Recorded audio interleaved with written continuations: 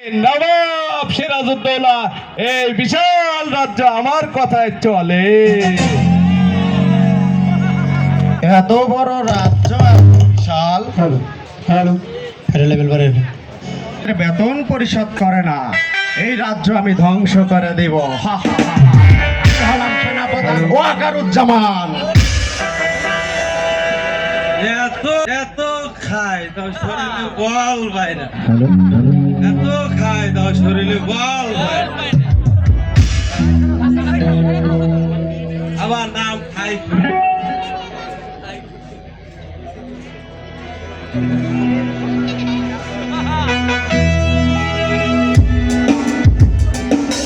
Hello hello hello, হ্যাঁ, রাজপ্রাসাদে প্রবেশ করছেন নবাব সিরাজউদ্দৌলা। নবাব সিরাজউদ্দৌলা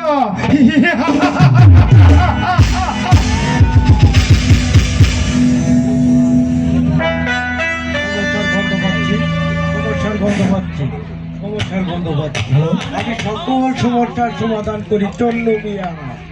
হ্যালো হ্যালো, আমি এই রাজ্যের কোষাধ্যক্ষ। আমি যদি 2-4 লাখ টাকা না ঢোকাতে পারি তাহলে কেমন হয়? গরম থাকে, এই ব্যবস্থায় আমাকে করতে হবে।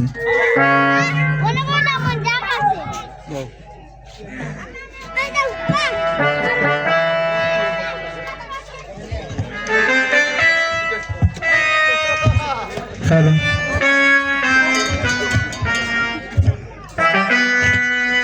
হ্যাঁ, রাজপ্রাসাদে প্রবেশ করছেন, রাজপ্রাসাদে প্রবেশ করছেন নবাব সিরাজউদ্দৌলা। নবাব সিরাজউদ্দৌলা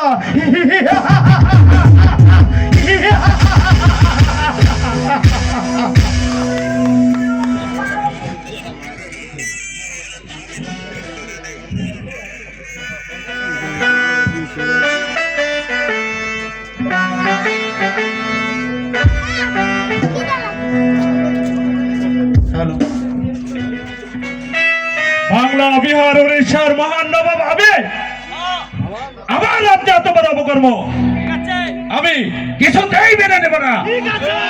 সেনাপতি, সেনাপতি, ওকে বন্দী করো।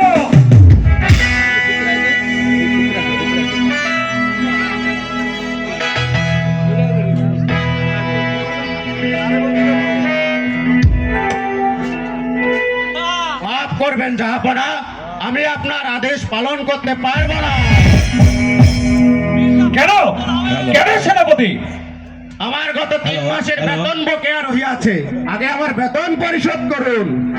সর্বসাকল্যে তোমার কত টাকা বেতন বকেয়া রহিয়াছে? 120 টাকা হিসাব করিলে 3 মাসে 420 টাকা। আপনার অবস্থা বিবেচনা করে আমি 20 টাকা ডিসকাউন্ট দিলাম। বলে কি, এত বড় রাজ্যের মালিক আমি, আর আমাকে 20 টাকা নাকি ডিসকাউন্ট দেবে? লাগবে না। কোষাধ্যক্ষ, কোষাধ্যক্ষ, সেনাপতির বেতন পরিশোধ করুন। দুঃখিত জাহাপনা, আপনার অনুরোধটি প্রত্যাখ্যান করা হইল আপনার অ্যাকাউন্টে যথেষ্ট পরিমাণে টাকা না থাকায়। বলো কি, গত রাত্রেই তো তোমাকে 2 কোটি টাকা দিলাম। দুঃখিত জাহাপনা, আপনার 2 কোটি টাকায় টিস্যু পেপার কিনেছিলাম। টিস্যু পেপার কিনেছো?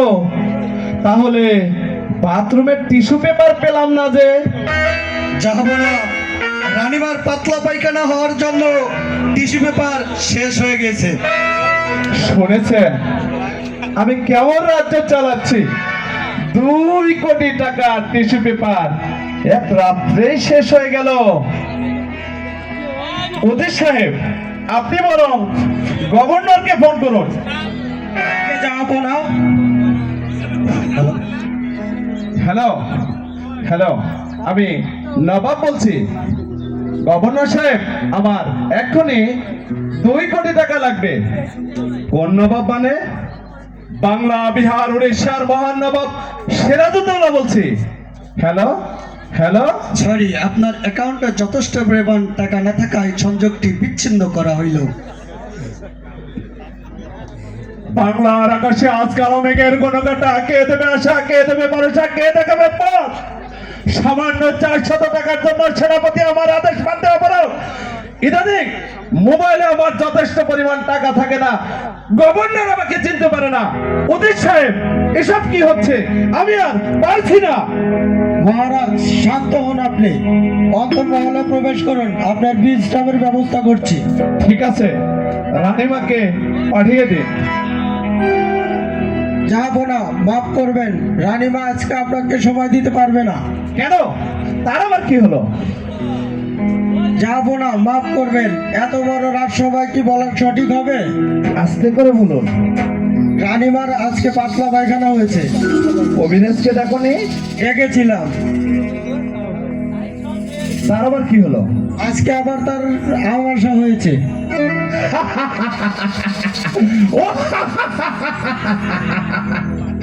রাজ্যে বুঝি আমাশার পাতলা পায়খানায় ভরে গেছে। উদিত সাহেব, আমি আর পারছি না, আপনি বরং আমার আহারের ব্যবস্থা করুন। আহার রেডি আছে, যাবো না। আবে কি রে দেশ? মূলা ভাজি, মূলার ডাউল, মূলা ভর্তা। বলে কি? ব্যাকুপ নাকি?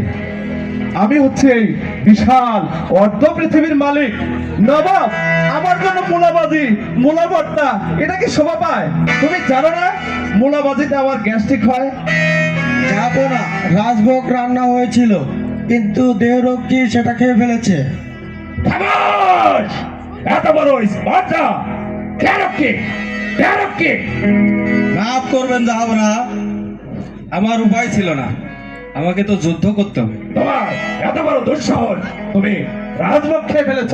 হ্যাঁ মহারাজ, আপনার সারা রাজ্যের চারিদিকে যা শুনতে পাচ্ছি যে কোনো মুহূর্তে আপনার উপরে হামলা হতে পারে, তাই আমার যুদ্ধ করতে হবে, সেজন্য আমার শরীরের শক্তির প্রয়োজন। হ্যাঁ যুদ্ধ? মহারাজ, কিসের যুদ্ধ?